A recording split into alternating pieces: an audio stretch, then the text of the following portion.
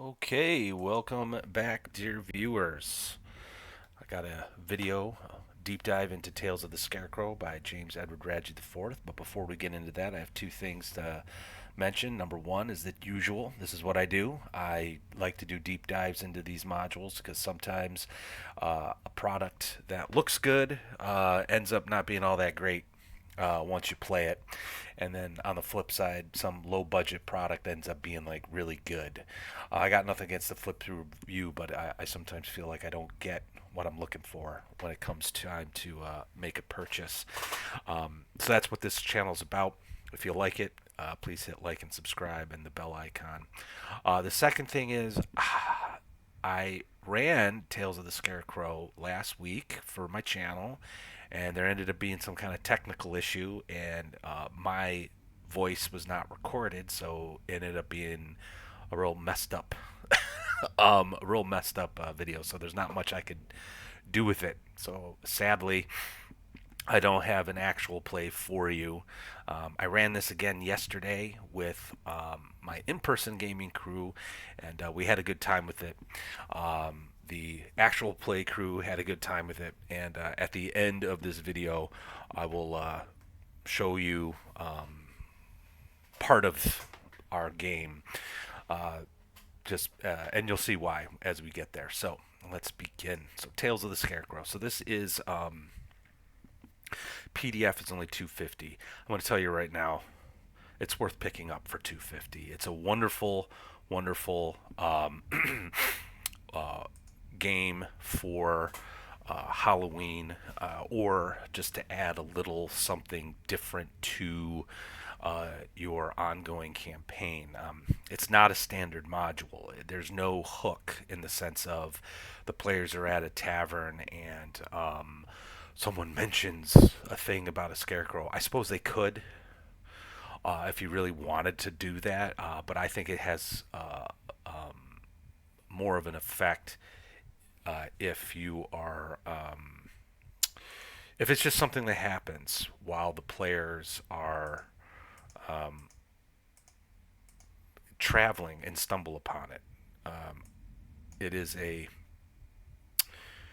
it is that kind of a module. It's like one of those horror movies where, the teenagers are on their way to the beach and it's a long drive and they stop at, an old motel for the night before they head to their, vacation spot, and, the motel ends up being, you know, the home of Jack the Ripper, or, Leatherface or something, and, bad stuff starts happening to these kids. And that's what this is. That's what this is. I like call it a happening. It's something that you could like place on your hex map if you're doing like a hex crawl type setup for your campaign, and if they stumble on that hex, well, that's what's going to happen. There's a couple other adventure modules that are like this, and I'll mention those near the end of this video. This does have some really, for a Lamentations game, it's got some cool loot. So if you do use it for a campaign, uh, your players are going to walk away with some neat stuff, which you don't typically see in many of the games that I've played thus far. Um, but yeah, so just for your own information, these are images that I had AI create for my one shot that sadly will now be a lost episode. So this is essentially a trap. The players get stuck in the middle of a cornfield that sits on top of a ravenous creature. The creature has like 1,000 hit dice. Okay, you're not going to kill it. Okay. Um, Traveling through the cornfield is slow because it's just wild. It's not really done in rows. And the thing will attack with these long tentacles once per round.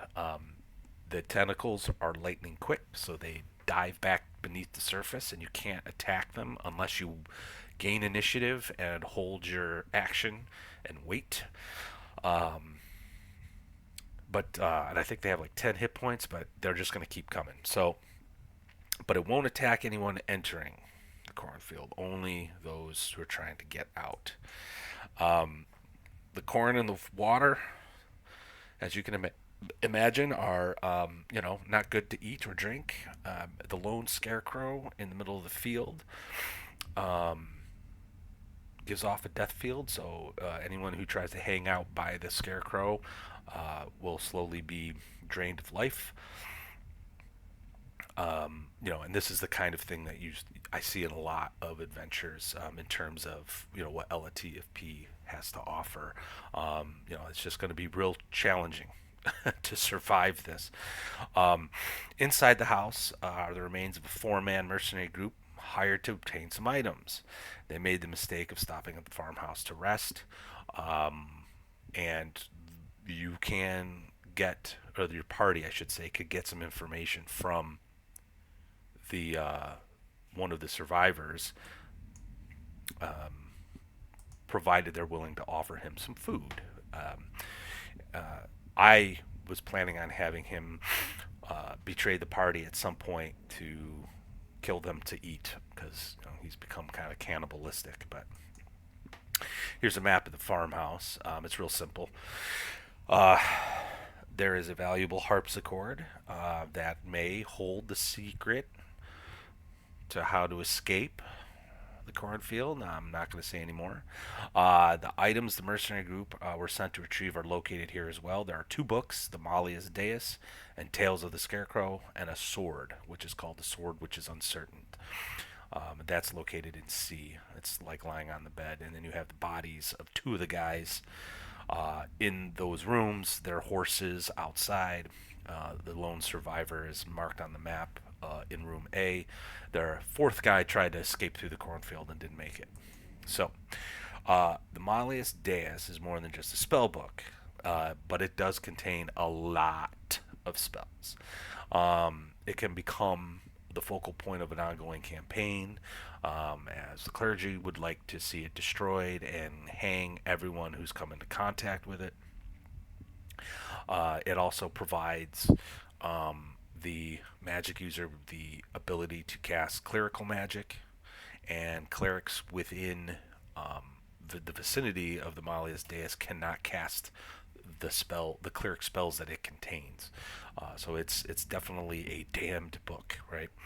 The sword, which uncertain is a magical sword, and it has some interesting game mechanics where if a natural 16 or 17 are rolled, actually I don't even think it needs to be a natural. If the warrior or the player or the character rolls a 16 or a 17, that gets banked, and it could end up that attack could end up actually hitting one of your friends, one of your allies instead of the actual target. So it's a neat little cursed magic item that is all of which the harpsichord, the sword, the books, they're worth a lot of treasure. So again, if this was something you were plopping down in the middle of your campaign, this will this is a high loot, but it makes sense because escaping is going to be challenging, and there's a lot of ways to die with this module. So I think that's fair. My favorite part about this adventure, though, is the second book, Tales of the Scarecrow. Uh, Rules is written from the actual module. When the players decide to read it, you're to take 10, 12, or 30-minute break from the game and have your players describe what the Scarecrow can do: attacks, damage, weird abilities. Um, these descriptions are then to be voted upon, and whoever wins the vote determines the Scarecrow's abilities. It doesn't necessarily have to be a monster either. The Scarecrow can have some sort of weird effect on the area or those who interact with it, and the player who succeeds wins, basically picking everyone's poison. Uh, will get some extra XP at the end of the session. Uh, the way I've seen this module played out and how I've done it the past two times I ran it, yesterday and a week ago, I actually have the players write a ghost story that involves a scarecrow, and then I have them read it. I like this because it encourages kind of like a fun exercise with your player group, and especially if you're using this as a Halloween one shot. I mean, this just makes your Halloween game a little bit more fun, especially if your players, you know, ham it up a little bit for purposes of the game. And then, of course, whoever wins the ghost story contest, that Scarecrow that was described in the story is the Scarecrow that's going to try to kill them later. Um, Here, I'm going to actually stop here and share with you the parts from my game that where we were telling the story, and I'm going to do the best I can here to keep this from being too jarring. But here it is. This is what they shared when I took a break and had them write some stories. Oh, sorry, give me a second. Um, sorry. It's a very short one. Rudolph reads off. One day, a man encountered a scarecrow on the road, gangly and odd, with big button eyes and a dopey smile. The man couldn't help but laugh at the strange creature. That was until he saw it come down from its cross and began to dance madly. Frightened, after a while, the man couldn't help but guffaw again. That was until the scarecrow pounced at the man. It fell flat on its face, causing the man to laugh even louder. Getting up to its legs, the scarecrow rustled its limbs, gave a terrible stare, and pounced once again. This time, the man wasn't laughing anymore. Okay, yeah. So what? This particular player is actually well aware of how this module works, and he actually told me when the scarecrow attacks, every time it misses, it gets a +1 to the next attack, and the damage dice will increase starting from D4 to D6, so on and so forth. So very cool mechanic, and a kind of fun little goofy, evil clown sort of take on the scarecrow.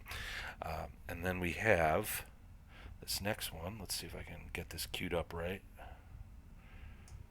All right, let's see. More, First, Oh, more. and it should be starting any second now. Or not.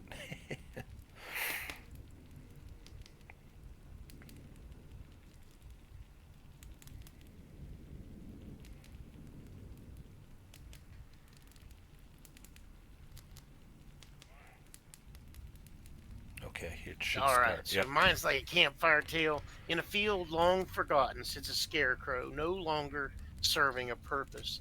The fields are overgrown now. The land is taken over by thorns. Still sitting upon his pike sits the scarecrow, its hay worn by weather and time. But on a full moon, the scarecrow comes to life.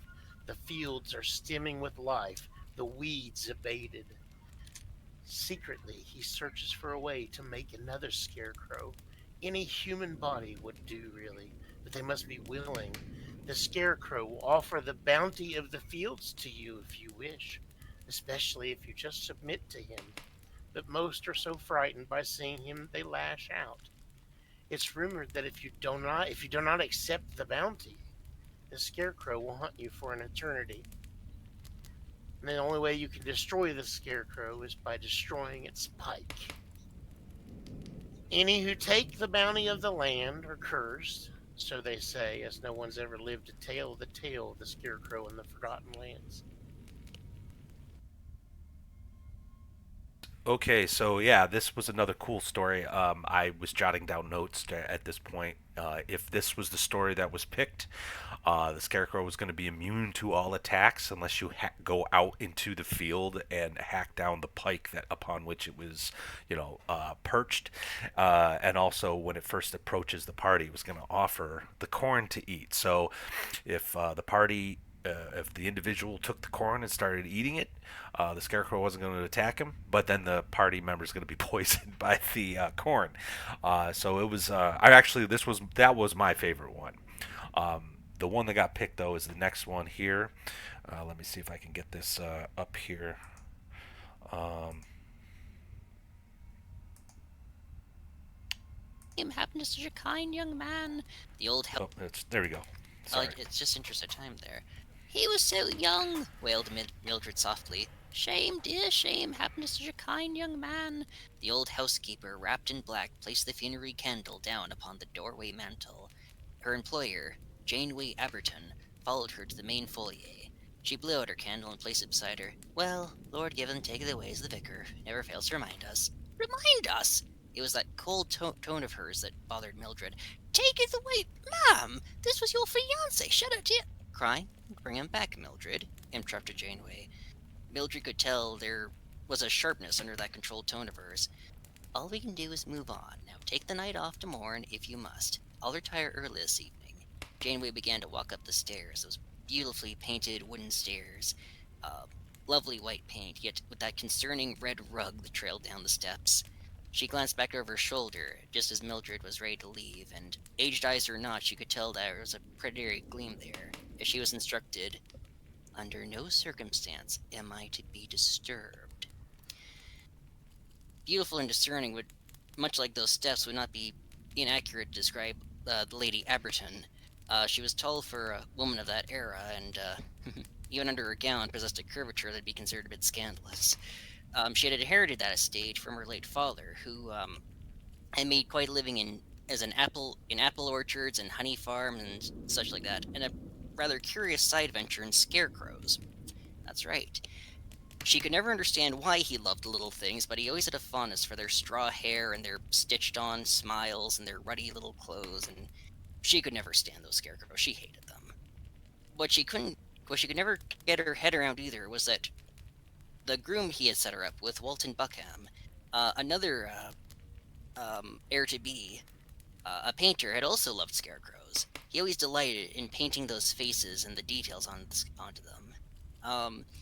And she looked out that night from her balcony, which, thank you for letting me know what that's called, in her white nightgown at the last scarecrow he had ever made. And it was this slightly too tall, slightly too stuffed crow that seemed to attract more vermin and carrion than it frightened away.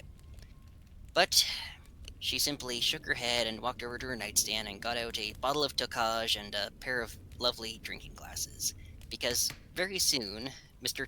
Tom Toll would be arriving any time now, and she would be expecting him, except that he didn't come that night. Instead, after some time, she trailed off to sleep and had a rather macabre dream. The moon turning into crimson, like the wine or the blood, and then an apple, and then a bright orange pumpkin, and great corpses ripping their way out of the root-filled ground until she woke in a cold sweat, shivering, and her heart rate on edge.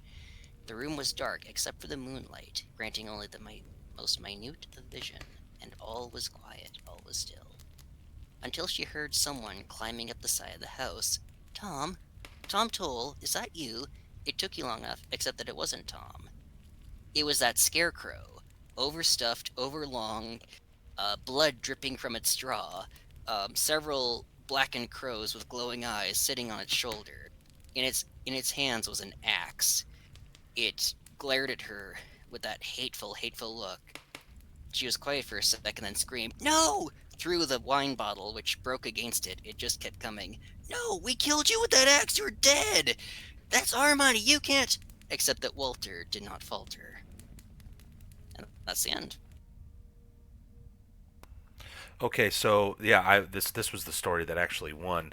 Uh, Basically, thing was attacking. I had it attack with an axe. It was accompanied by some crows, and it was targeting the players in the group that were basically betraying each other first. So one of the players started attacking the others. It's kind of long and convoluted, but it's what happened. And the magic user tried to escape, leaving everyone. So the scarecrow was going to hunt him down next. He didn't make it. The magic user got aced by the creature in the corn. But yeah, we really liked that one. And then finally we had, let's see if I can get this up here. Let's see. Part 1. She wasn't a maiden. I said it didn't matter. I should have listened to them. We first met on a market day and she had ribbons in her hair, the most beautiful green eyes I'd ever seen, and her bosom, and that red hair. I was smitten. 3 husbands she'd had, it was whispered, each a hard-working man, and each a man that died too soon. I didn't care. I'd seen death before when I was a child. The dancing plague, and before that the rat pox. God is as cruel as he is bountiful. I know not why, but the summer always follows spring, and the winter the autumn. There's order and purpose in the world. We have but to discern it rightly. Maybe I should have stayed at the Abbey. I quite like the feel of good vellum and a freshly sharpened quill. My head and neck spasmed, and my eyes fluttered open. I wasn't hallucinating the trio of soldiers standing above me in the house. Her. Beg pardon. My mind wandered. Were my eyes closed for long? No? I coughed and cleared my throat, and it hurt. Why did it hurt? The young men stared at me. I saw confusion in their eyes. I felt hot, sleepy.